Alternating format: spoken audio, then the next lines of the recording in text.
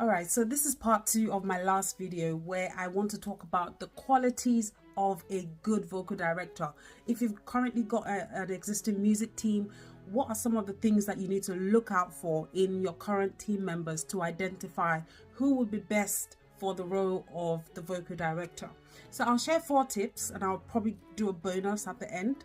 So number 1, your vocal director is very good with harmonies.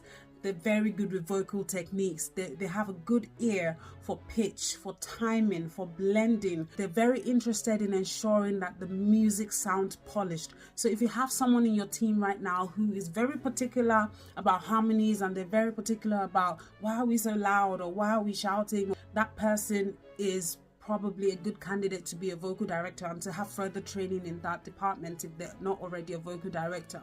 So your vocal director is very good with harmonies, very good with vocal techniques. Number 2, your vocal director is great at teaching songs and all of the things that I mentioned earlier. So they're great at teaching harmonies, they're great at teaching vocal techniques, they're great at teaching music.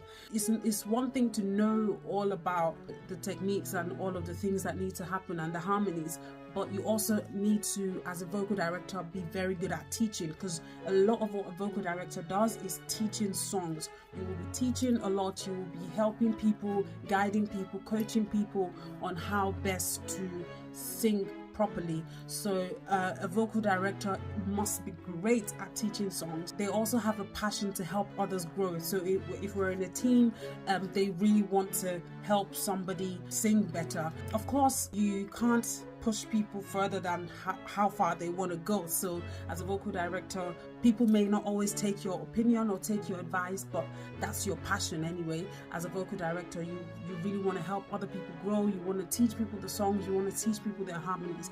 Number 3, a vocal director is that very creative person. So if you've got somebody on your team who's very creative, when they're asked to lead a song, they are changing the lyrics, they're switching things up, they like to change things around, they like to bring fresh ideas to arrangement, they like to interpret music in unique ways. That's a vocal director, very creative. They don't like to do things the normal way as it's been done in the past. They like to bring fresh ideas, fresh arrangements. That's a vocal director. Number 4, your vocal director is a very good communicator. So they know how to explain things, they know how to communicate the vision, the concept of the song, they know how to communicate the arrangement, they know how to communicate schedules, they know how to communicate expectations, they know how to give constructive feedback and keep everyone on the same page.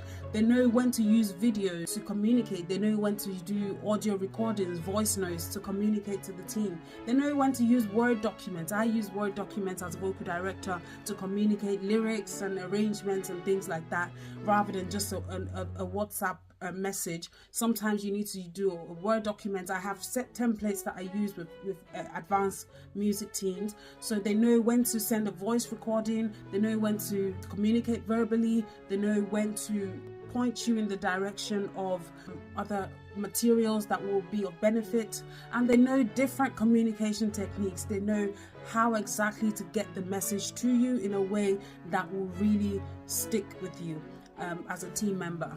And the bonus point that I want to give is number 5, leadership skills. So a vocal director needs to know how to inspire confidence in the team members.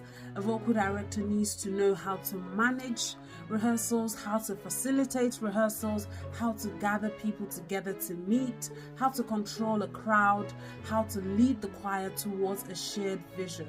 So if you're in a church, for example, where you want to hold a rehearsal after service, and you know that after service is usually, social time, everyone is greeting everybody.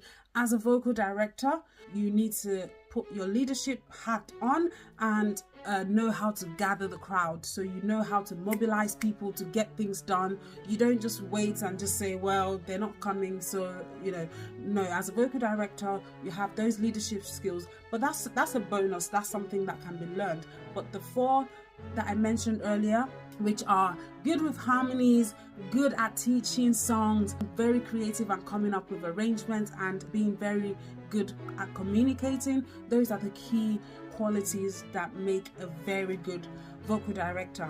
I hope you found this useful. Let me know what you think in the comments below, and let's have a conversation. Let me know if you have someone in your team who's a vocal director. There is training out there.